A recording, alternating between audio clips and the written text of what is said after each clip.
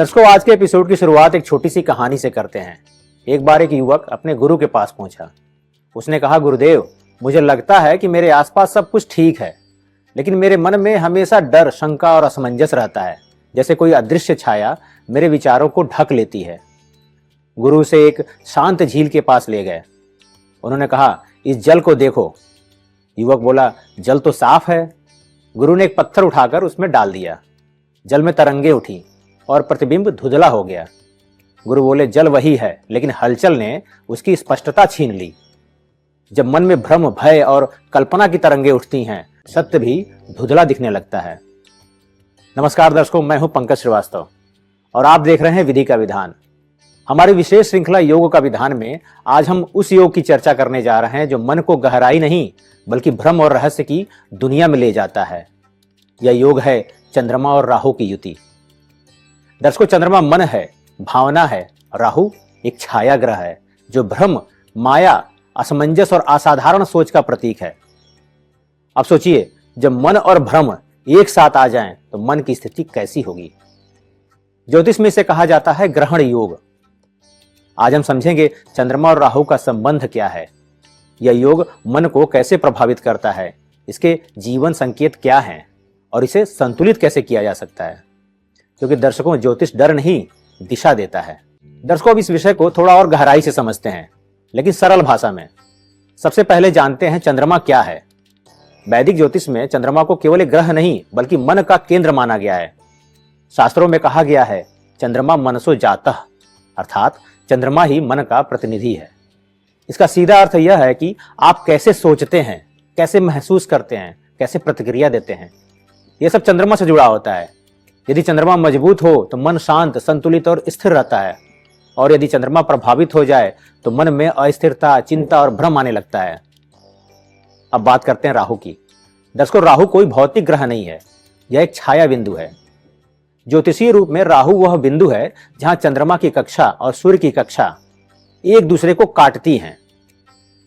इसी कारण जब सूर्य या चंद्रमा इस बिंदु के पास आते हैं तो ग्रहण लगता है।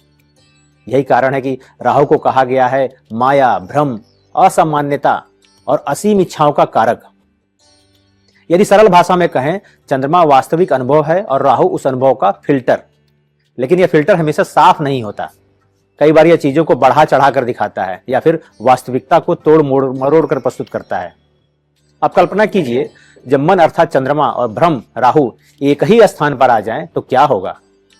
ज्योतिष में यही स्थिति कहलाती है चंद्रमा राहु की युति, अर्थात ग्रहण योग। दर्शकों, इस युति में राहु चंद्रमा की ऊर्जा को आवृत्त कर देता है। जैसे ग्रहण के समय चंद्रमा दिखाई तो देता है लेकिन उसकी रोशनी स्पष्ट नहीं होती। ठीक उसी प्रकार इस योग में व्यक्ति का मन सक्रिय तो रहता है लेकिन उसकी स्पष्टता प्रभावित हो सकती है। अब उसके प्रभाव को और सरल तरीके से समझते हैं। ऐसे लोग बहुत सोचते हैं क्योंकि राहु मन को लगातार सक्रिय रखता है। छोटी बात बड़ी लग सकती है क्योंकि राहु चीजों को बढ़ा देता है। कई बार वास्तविकता से ज्यादा कल्पना हावी हो जाती है क्योंकि चंद्रमा कल्पना देता है और राहु उसे असीम बना देता है। इसलिए कई बार व्यक्ति वास्तविकता और कल्पना के बीच अंतर करने में भ्रमित हो सकता है। लेकिन दर्शकों, यही इस योग का दूसरा और बहुत शक्तिशाली पक्ष भी है। राहु केवल भ्रम नहीं देता, वह सीमाएं भी तोड़ता है।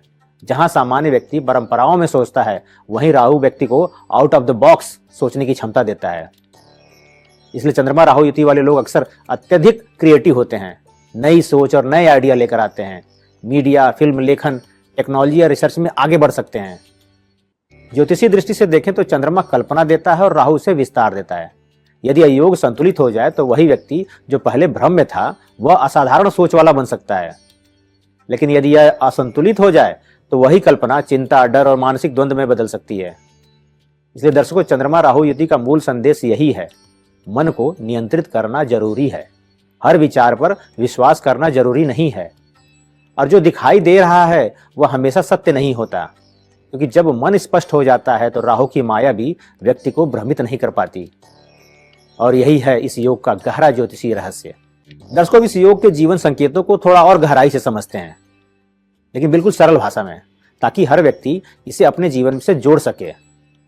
पहला संकेत है अत्यधिक सोच, अर्थात ओवर थिंकिंग। दर्शकों, चंद्रमा मन है और राहु उस मन को अत्यधिक सक्रिय कर देता है। ज्योतिषीय रूप से देखें तो राहु की प्रकृति है विस्तार, इसलिए जब राहु चंद्रमा के साथ बैठता है तो मन के विचारों को बढ़ा देता है। सामान्य व्यक्ति एक बात सोचकर आगे बढ़ जाता है, लेकिन इस योग वाला व्यक्ति उसी बात को बार बार सोचता रहता है। कई बार यह स्थिति ऐसी हो जाती है कि मन रुकता ही नहीं है। इसी कारण इसे आधुनिक भाषा में ओवर थिंकिंग योग भी कहा जा सकता है। दूसरा संकेत है भ्रम और शंका। दर्शकों, राहु का सबसे बड़ा स्वभाव है माया, इल्यूजन जिसे कहते हैं। यह चीजों को वैसा नहीं दिखाता जैसा है, बल्कि जैसा मन डरता है या कल्पना करता है वैसा ही दिखाता है।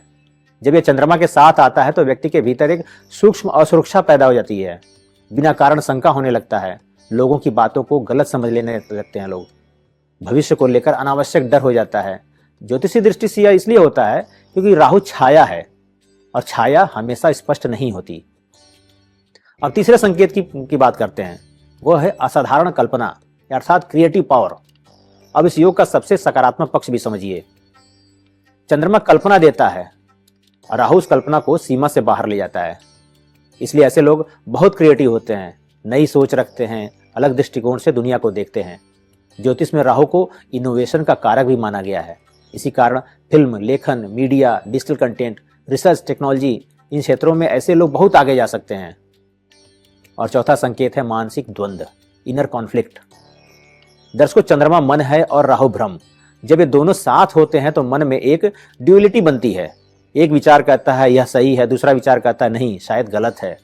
इस कारण निर्णय लेने में देरी होती रहती है और कई बार व्यक्ति कंफ्यूज्ड रहता है। ज्योतिषी भाषा में इसे कहते हैं मन का आवरण अर्थात मेंटल फॉग। दर्शकों, अब इस विषय को और पूर्ण रूप से समझते हैं, क्योंकि चंद्रमा राहु का युति प्रभाव केवल कुछ भावों तक सीमित नहीं है, बल्कि कुंडली के सभी 12 भाव में अलग अलग रूप से प्रकट होता है। ज्योतिष का मूल सिद्धांत है ग्रह ऊर्जा देते हैं और भाव उस ऊर्जा की दिशा तय करते हैं। इसलिए हम इसे विस्तार से समझते हैं। तो शुरू करते हैं प्रथम भाव से। प्रथम भाव अर्थात लग्न, जो व्यक्तित्व और स्वभाव को दर्शाता है। यह भाव स्वयं का प्रतिनिधि करता है। यहाँ चंद्रमा राहु युति व्यक्ति को रहस्यमय, अलग और आकर्षक बनाती है। व्यक्ति की सोच सामान्य से अलग होती है, लेकिन अंदर ही अंदर असमंजस और आत्मसंदेह भी हो सकता है। इसका ज्योतिषी संकेत यह है कि चंद्रमा मन है और लग्न व्यक्तित्व, इसलिए राहु यहाँ आइडेंटिटी कंफ्यूजन दे सकता है। वहीं द्वितीय भाव जो वाणी, धन और परिवार का है, यहाँ इस युति से वाणी में प्रभाव होता है, लेकिन कभी कभी भ्रम भी। व्यक्ति बोलते समय बात को बढ़ा चढ़ाकर कह सकता है। परिवार में गलतफहमी या दूरी हो सकती है। धन कमाने के असामान्य तरीके अपना सकता है। यहाँ राहु वाणी को मायावी बना देता है। तृतीय भाव की बात करें तो यह भाव साहस, प्रयास और संचार का है। यहाँ इस स्थिति के साथ व्यक्ति बहुत साहसी और जोखिम लेने वाला हो सकता है। कम्युनिकेशन स्किल्स मजबूत होती है। मीडिया में, सोशल मीडिया में, लेखन में सफलता मिलती है। हालांकि भाई बहनों के साथ कभी कभी यहाँ पर दूरी हो सकती है। राहु यहाँ बोल्ड थिंकिंग देता है। बात अगर चतुर्थ भाव की करें तो यह भाव बताता है माता का, सुख का और मन की शांति का है। यह चंद्रमा का प्राकृतिक भाव है। अगर युति यहाँ है तो यहाँ राहु मन की शांति में उतार चढ़ाव लाता है। व्यक्ति को घर में भी बेचैनी महसूस हो सकती है। बार बार स्थान परिवर्तन संभव हो सकता है। यह युति यहाँ आंतरिक बेचैनी दे सकती है। और जब पंचम भाव में यह युति बनती है तो जो बुद्धि, शिक्षा, प्रेम और संतान का भाव है, जातक यहाँ पर अत्यधिक कल्पनाशील और क्रिएटिव वाला हो सकता है। प्रेम संबंधों में भ्रम या आकर्षण अधिक रहेगा। यहाँ पर पढ़ाई में उतार चढ़ाव, लेकिन अलग सोच मिल सकती है। स्पेकुलेटिव फील्ड में, स्टॉक में, मीडिया में रुचि हो सकती है। राहु यहाँ क्रिएटिव इंटेलिजेंस को बढ़ाता है। अब बात करते हैं छठे भाव की। छठा भाव है रोग, शत्रु, कर्ज और सेवा का है। यहाँ इस युति से मानसिक शांति या एंग्जाइटी की प्रवृत्ति बढ़ती है। हालांकि शत्रुओं पर विजय की क्षमता आपको यहाँ मिलती है। सेवा, चिकित्सा में यह यहाँ पर सफलता भी आपको मिलेगी। कभी कभी ऑब्सेसिव थिंकिंग भी बढ़ जाती है। यहाँ पर राहु यहाँ संघर्ष से शक्ति देता है। अब बात करते हैं सप्तम भाव की। सप्तम भाव जो विवाह और साझेदारी का है। राहु यहाँ संबंधों में भ्रम या गलतफहमी ला सकता है। आकर्षण जल्दी होता है, लेकिन स्पष्टता कम रहती है। विदेशी या अलग संस्कृति के साथी के साथ संभावना प्रबल होती है। साझेदारी में सावधानी जरूरी है। राहु यहाँ इल्यूजन इन रिलेशनशिप देता है। बात अगर अष्टम भाव की करें जो रहस्य, आयु और शोध का भाव है, यहाँ यह युति राहु के लिए अत्यंत शक्तिशाली स्थान है। बाकी व्यक्ति गहरे विषयों में रुचि रखता है। ज्योतिष, तंत्र, मनोविज्ञान, रिसर्च में सफलता की संभावना बढ़ जाती है। अचानक परिवर्तन जीवन में आते रहते हैं। यहाँ आपको राहु ऑकल्ट में मास्टरी दिला सकता है, अर्थात गुप्त विद्याओं जैसे ज्योतिष, अंकशास्त्र में विशेषज्ञता हासिल करा सकता है। अब बात करते हैं नवम भाव की। नवम भाव जो भाग्य, धर्म और गुरु का है। इस युति के साथ यहाँ व्यक्ति परंपरागत धर्म से हटकर सोचता है, अपने तरीके से अध्यात्म समझता है। विदेशी यात्रा या विदेशी गुरु का प्रभाव मिल सकता है। भाग्य में उतार चढ़ाव देखने को मिलेगा। राहु यहाँ अनकन्वेंशनल बिलीफ सिस्टम देता है आपको। और अगर दशम भाव की बात करें तो यह भाव कर्म, करियर और प्रतिष्ठा का है, जहां जातक को करियर में अलग और अनोखा रास्ता मिलने की पूरी संभावना रहती है। अचानक उन्नति या गिरावट भी संभव है। आपकी पब्लिक इमेज जो होगी रहस्यमयी हो सकती है। मीडिया, राजनीति, टेक्नोलॉजी में सफलता की संभावना है। राहु यहाँ मास इन्फ्लुएंस देता है। अब बात करते हैं एकादश भाव की। एकादश भाव जो लाभ, मित्र और इच्छाओं का है। यहाँ चंद्रमा राहु युति वाले लोग बड़ी इच्छाएं और महत्वाकांक्षा हो सकती हैं। अचानक लाभ या हानि की संभावना बनी रहेगी। आपके मित्रों का दायरा असामान्य होगा। नेटवर्किंग में भी सफलता की पूरी संभावना है। राहु यहाँ अनलिमिटेड डिजायर्स देता है। अब आते हैं अंतिम अर्थात 12वें भाव पर। द्वादश भाव जो अवचेतन, व्यय और मोक्ष का भाव माना जाता है।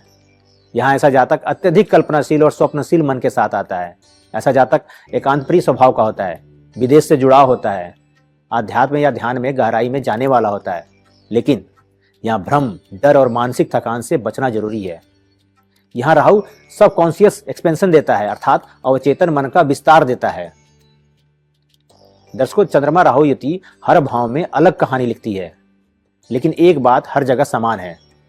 मन पर राहु की छाया, अब यह छाया भ्रम बनेगी या शक्ति, यह इस बात पर निर्भर करता है कि आप अपने मन को कितना समझते हैं, क्योंकि वही मन आपको भ्रम में भी डाल सकता है और वही मन आपको असाधारण भी बना सकता है। और यही है इस योग का सबसे गहरा ज्योतिषी सत्य। दर्शकों, अब हम इस एपिसोड के सबसे महत्वपूर्ण भाग पर आते हैं, वो है रेमेडीज अर्थात उपाय। क्योंकि ज्योतिष का वास्तविक उद्देश्य केवल योग बताना नहीं है, बल्कि इस ऊर्जा को संतुलित करना सिखाना भी है। और चंद्रमा राहु युति में सबसे बड़ी चुनौती है मन की अस्थिरता और भ्रम। इसलिए इसका सबसे बड़ा उपाय है मन को स्थिर करना और विचारों को स्पष्ट करना। सबसे पहले चंद्रमा के लिए उपाय समझते हैं, जो मन को शांत करने के लिए होता है। दर्शकों, चंद्रमा मन का कारक है। यदि चंद्रमा संतुलित हो जाए तो आधी समस्या अपने आप समाप्त हो जाती है। इस उपाय में सोमवार का महत्व बताया गया है। सोमवार को चंद्रमा का दिन माना गया है। इस दिन की गई साधना मन पर सीधा प्रभाव डालती है। भगवान शिव की उपासना कीजिए। भगवान शिव को चंद्रधारी कहा गया है, अर्थात वे चंद्रमा को अपने मस्तक पर धारण करते हैं। ज्योतिषी संकेत यह है कि जो शक्ति चंद्रमा को नियंत्रित कर सकती है, वही हमारे मन को भी संतुलित कर सकती है। इसलिए ओम नमः शिवाय का नियमित जाप करें। इसके अतिरिक्त शिवलिंग पर जल या दूध का अभिषेक करें। रात्रि में कुछ समय शांत बैठकर ध्यान करें। ये सभी उपाय मन को धीरे धीरे स्थिर करते हैं। अब बात करते हैं राहु के लिए क्या उपाय है, जिससे माया और भ्रम को संतुलित किया जा सकता है। दर्शकों, राहु की प्रकृति है भ्रम, इल्यूजन, अहंकार, असीम इच्छाएं। इसलिए राहु के उपाय ऐसे होते हैं जो व्यक्ति को विनम्रता और वास्तविकता से जोड़ते हैं। आप छाया दान कर सकते हैं, जैसे सरसों का तेल, काला तिल, कंबल। यह दान राहु की छाया ऊर्जा को संतुलित करता है। इसके अतिरिक्त सेवा कर सकते हैं। राहु व्यक्ति को भटकाता है, लेकिन सेवा व्यक्ति को जमीन से जोड़ती है। गरीब, जरूरतमंद, श्रमिक या बीमार लोगों की सेवा बिना किसी स्वार्थ की मदद के करी, यह राहु के अहंकार को कम करता है। राहु व्यक्ति को यह भ्रम देता है मैं ही सब कुछ हूं, लेकिन जैसे ही व्यक्ति विनम्र होता है, राहु का प्रभाव स्वतः संतुलित होने लगता है। दर्शकों, बात करते हैं मानसिक संतुलन और कुछ व्यवहारिक उपाय की। यह योग केवल धार्मिक उपायों से नहीं है, बल्कि जीवन शैली से भी संतुलित होता है। ध्यान करिए, अर्थात मेडिटेशन करिए। यह सबसे शक्तिशाली उपाय है, क्योंकि राहु मन को बाहर भटकाता है और ध्यान मन को भीतर स्थिर करता है। प्रतिदिन 10 से 15 मिनट का ध्यान बेहतर परिणाम देता है। धीरे धीरे विचारों की गति को नियंत्रित करता है। इसके अतिरिक्त प्राणायाम करिए। अपनी श्वास और मन का इसमें गहरा संबंध है। जब श्वास तेज होती है तो मन अस्थिर होता है, और जब श्वास धीमी होती है तो मन शांत होता है। इसलिए अनुलोम विलोम, गहरी श्वास मन को स्थिर करने में अत्यंत प्रभावी है। दर्शकों, राहु का एक आधुनिक रूप भी है, डिजिटल माया। Social media, fake accounts, over information, यदि व्यक्ति लगातार नकारात्मक या भ्रमित करने वाली चीजें देखता है तो राहु का प्रभाव और बढ़ जाता है। इसलिए सीमित स्क्रीन टाइम रखिए। सकारात्मक और सत्य जानकारी बहुत जरूरी है और सबसे महत्वपूर्ण उपाय जो आंतरिक साधना है उसे समझते हैं। हर विचार सत्य नहीं होता है। चंद्रमा राहु युति में मन कई बार कई तरह की बातें विचार पैदा करता है, लेकिन हर विचार को सच मान लेना ही सबसे बड़ी गलती है। इसलिए अपने विचारों को देखिए, ऑब्जर्व करिए, तुरंत प्रतिक्रिया मत दीजिए। जब आप अपने मन को देखने लगते हैं तो धीरे धीरे भ्रम खत्म होने लगता है, स्पष्टता आने लगती है। यही वास्तविक साधना है। दर्शकों, चंद्रमा राहु युति कोई अभिशाप नहीं है, यह एक उच्च स्तर की मानसिक ऊर्जा है। यदि यह असंतुलित हो जाए तो यही ऊर्जा भ्रम, डर और चिंता बन जाती है, लेकिन यदि यह संतुलित हो जाए तो यही ऊर्जा रचनात्मकता, नवाचार और असाधारण सोच में बदल जाती है। याद रखिए, राहु आपको भ्रम में भी डाल सकता है और उसी राहु की ऊर्जा से आपको भीड़ में अलग खड़ा होने का मौका मिलता है। निर्णय आपके हाथ में है कि आप अपने मन के मालिक बनते हैं या अपने विचारों के शिकार। और यही है चंद्रमा राहु युति का वास्तविक ज्योतिषीय रहस्य। दर्शकों, अब हम उस विषय पर आते हैं जिसे लेकर सबसे ज्यादा भ्रम फैलाया जाता है। चंद्रमा राहु युति यानी ग्रहण योग। अक्सर आपने सुना होगा यह योग बहुत खतरनाक है, यह जीवन में दुख देता है, यह मानसिक पीड़ा का कारण बनता है। लेकिन सवाल है, क्या सच में ऐसा है? दर्शकों, इसे ग्रहण योग क्यों कहा गया है? पहले इसे सही अर्थ में समझते हैं। जब सूर्य या चंद्रमा पर राहु या केतु की छाया पड़ती है तो आकाश में ग्रहण दिखाई देता है। लेकिन क्या होता है उस समय? क्या सूर्य खत्म हो जाता है? क्या चंद्रमा नष्ट हो जाता है? नहीं, वह सिर्फ कुछ समय के लिए दृष्टि से ढक जाता है। ठीक इसी प्रकार जब राहु चंद्रमा के साथ आता है तो मन पर एक आभासी ग्रहण लगता है। मन काम करता है, भावनाएं भी होती हैं, लेकिन उनकी स्पष्टता कम हो जाती है। यही कारण है कि व्यक्ति कभी भ्रमित होता है, कभी शंकित होता है, कभी बिना कारण डरता है। दर्शकों, अभी तक हमने इस पूरे एपिसोड में जाना चंद्रमा मन है, राहु भ्रम और माया है। जब दोनों मिलते हैं तो मन पर धुंध अर्थात कंफ्यूजन बनती है। और हमने यह भी समझा इसके क्या संकेत होते हैं, यह किन भावों में क्या परिणाम देता है और इसे संतुलित करने के लिए क्या उपाय हैं। लेकिन यही सबसे बड़ी गलती हो जाती है। लोग इस योग को समझते नहीं, सिर्फ सुनते हैं और डर जाते हैं। दर्शकों, ज्योतिष का सबसे बड़ा सिद्धांत है, कोई भी योग पूरी तरह अच्छा या बुरा नहीं होता। चंद्रमा राहु युति भी ऐसी ही है। हाँ, यह मन में भ्रम ला सकती है, यह व्यक्ति को अस्थिर कर सकती है, लेकिन यही योग व्यक्ति को असाधारण सोच भी देता है। यही योग व्यक्ति को भीड़ से अलग भी करता है। इतिहास में जितने भी लोग नई सोच लेकर आए हैं, जो परंपराओं से हटकर चले हैं, उनकी कुंडली में अक्सर राहु की प्रबल भूमिका होती है। दर्शकों, ग्रहण का अर्थ अंधकार नहीं है, ग्रहण का अर्थ है कुछ समय के लिए प्रकाश का छिप जाना। और यह हमें क्या सिखाता है कि जीवन में भी ऐसे समय आएंगे जब सब कुछ स्पष्ट नहीं होगा, जब मन भ्रमित होगा, जब दिशा समझ नहीं आएगी, लेकिन वह स्थिति स्थायी नहीं है। जैसे ग्रहण के बाद चंद्रमा फिर पूर्ण रूप से चमकता है, वैसे ही यदि व्यक्ति को अपने मन को समझ ले तो वही ग्रहण योग उसकी सबसे बड़ी शक्ति बन सकता है। दर्शकों, चंद्रमा राहु युति आपको कमजोर नहीं बनाती, यह आपको जागरूक बनने का अवसर देती है। यह आपको सिखाती है मन को नियंत्रित करना, यह आपको सिखाती है वास्तविकता और भ्रम में अंतर करना, और यह आपको उस स्तर तक ले जा सकती है जहां आप अपने विचारों के मालिक बन सकते हैं। दर्शकों, जिसे लोग ग्रहण योग कहकर डरते हैं, वही योग यदि समझ लिया जाए तो जीवन का सबसे बड़ा वरदान बन सकता है। क्योंकि अंधकार स्थायी नहीं है, भ्रम अंतिम सत्य नहीं है, और जो व्यक्ति अपने मन को समझ लेता हुआ किसी भी ग्रहण से नहीं डरता। और यही है चंद्रमा राहु युति की वास्तविक सच्चाई। दर्शकों, अब हम इस एपिसोड के समापन पर आ गए हैं। आज के इस पूरे एपिसोड में हमने केवल एक योग नहीं समझा, हमने मन की प्रकृति को समझने का प्रयास किया।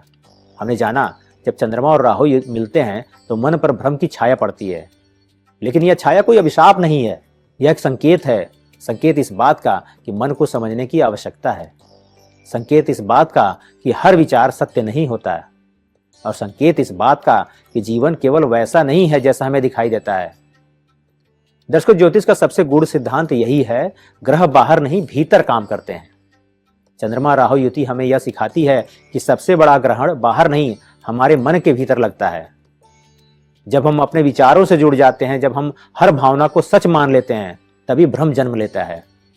लेकिन जैसे ही हम अपने मन को देखना शुरू करते हैं, वही भ्रम जागरूकता में बदलने लगता है, वही स्थिरता गहराई में बदलने लगती है, और वही उलझन समझ में बदल जाती है। दर्शकों, जीवन का एक बहुत बड़ा सूत्र है, मन को नियंत्रित मत करो, मन को समझो। क्योंकि जिस दिन आप अपने मन को समझने लगते हैं, उस दिन परिस्थितियां आपको नहीं चलाती, आप स्वयं अपने जीवन की दिशा तय करते हैं। और यही चंद्रमा राहु युति का सबसे बड़ा रहस्य है।